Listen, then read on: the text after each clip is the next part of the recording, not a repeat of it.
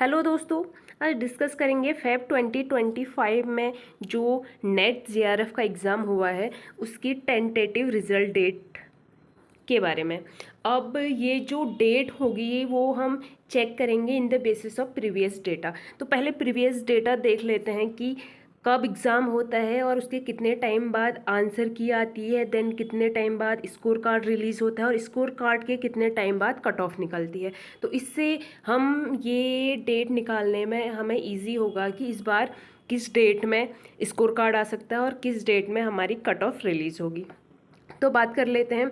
अगर बात करें 2023 के जून वाले एग्ज़ाम की, तो जून वाला एग्ज़ाम जो हुआ था वो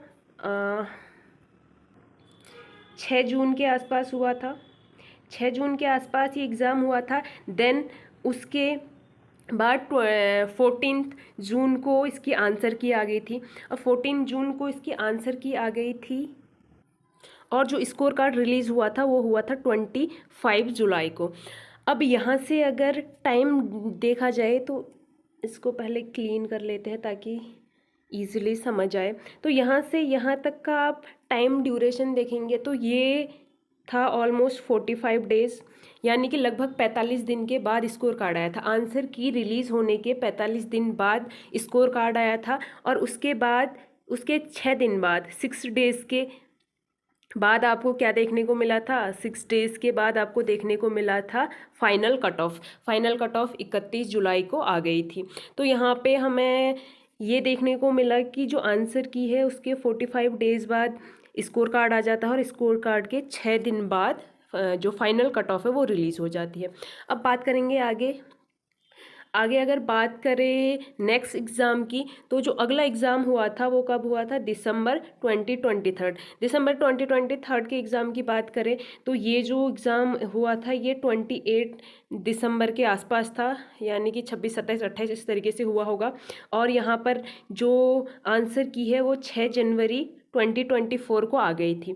अब जो आंसर की है उसके बाद जो स्कोर कार्ड है, मेन फोकस हम यहीं पे करेंगे क्योंकि हमारी आंसर की ऑलरेडी रिलीज़ हो गई है।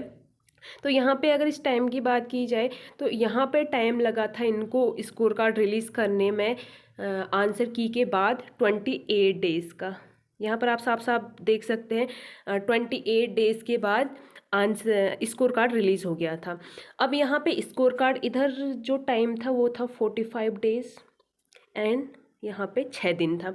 अब यहाँ पे 28 डेज़ है और यहाँ पे जो टाइम था ये टाइम थोड़ा सा ज़्यादा था आगे के कंपैरिजन में। जो जून में था वो 6 दिन के बाद आ गया था, लेकिन यहाँ पे 15 दिन के आसपास की डेट हो गई थी।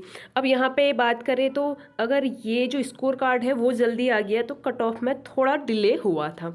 अब बात कर लेते हैं CSIR नेट जुलाई 2024 की। जून 2024 में जो एग्ज़ाम होने वाला था वो पहले वो जुलाई में एक्सटेंड करा दिया गया था और उसके बाद इसका जो एग्ज़ाम हुआ था ये भी 28 के आसपास हुआ था और यहाँ पे जो आंसर की हुई थी वो 9 अगस्त को आ गई थी और जो उसके बाद स्कोर कार्ड है वो लगभग आपका 32 डेज़ के बाद 32 डेज़ के बाद आया है, यानी कि 12 सितंबर को स्कोर कार्ड रिलीज़ हुआ था। और यहाँ पर एक बहुत बड़ा चेंज ये देखने को मिला था कि यहाँ पे जो फाइनल कट ऑफ है यानी कि रिज़ल्ट जो है वो भी लगभग 1 महीने बाद, वो भी क्या हुआ 1 महीने बाद आपको देखने को मिला। लेकिन इस बार ये तो श्योरिटी है कि इस पैटर्न को फॉलो नहीं करेगा।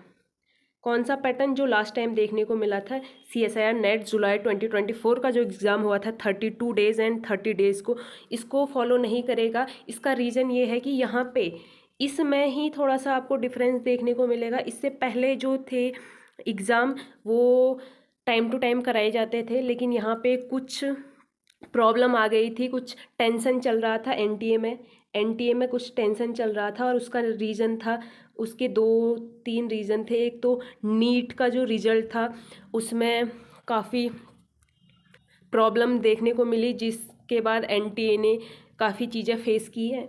और इसके बाद इसके जस्ट बाद जो एक एग्ज़ाम हुआ था आई थिंक 18 जून, हाँ CSIR का जो एग्ज़ाम जून लास्ट में होने वाला था, उससे पहले 18 जून को एक एग्ज़ाम हुआ था UGC नेट का, और ये जो एग्ज़ाम है ये भी कैंसिल करा दिया गया था।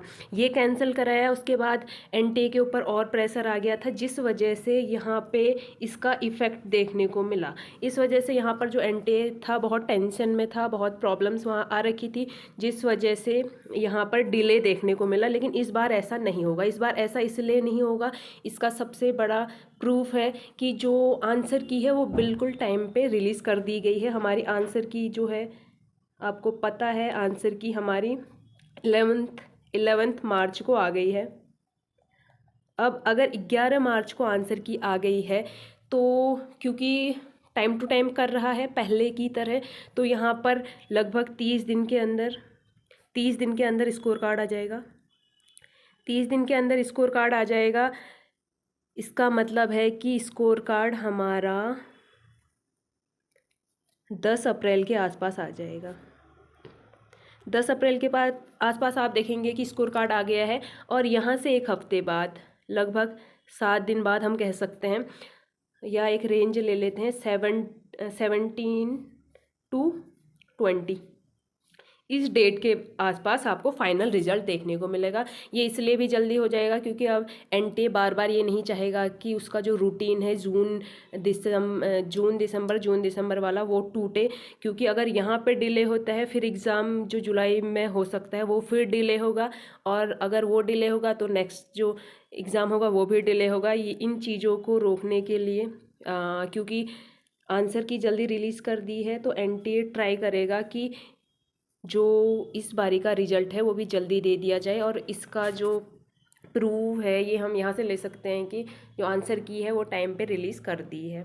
तो यहाँ पे अगर बात की जाए, मेन जो हम डिस्कशन कर रहे हैं कि हमारा फाइनल स्कोर कार्ड और फाइनल रिजल्ट कब आएगा, तो उसकी डेट यहाँ से निकल के आती है। इस एनालिसिस के बाद हम ये कह सकते हैं कि जो इस बार फ़ेब का एग्ज़ाम हुआ है, फ़ेब हमारा 2025 का जो एग्ज़ाम हुआ है, जिसकी आंसर की 11 मार्च को आ गई थी, उसका जो स्कोर कार्ड होगा वो 10 अप्रैल के आसपास आ जाएगा। और उसके बाद आप देखेंगे 17 से 20 तारीख के आसपास आपको रिजल्ट देखने को मिल जाएगा। आई होप कि ये जो वीडियो है आपको हेल्पफुल लगा होगा। Thank you so much, bye.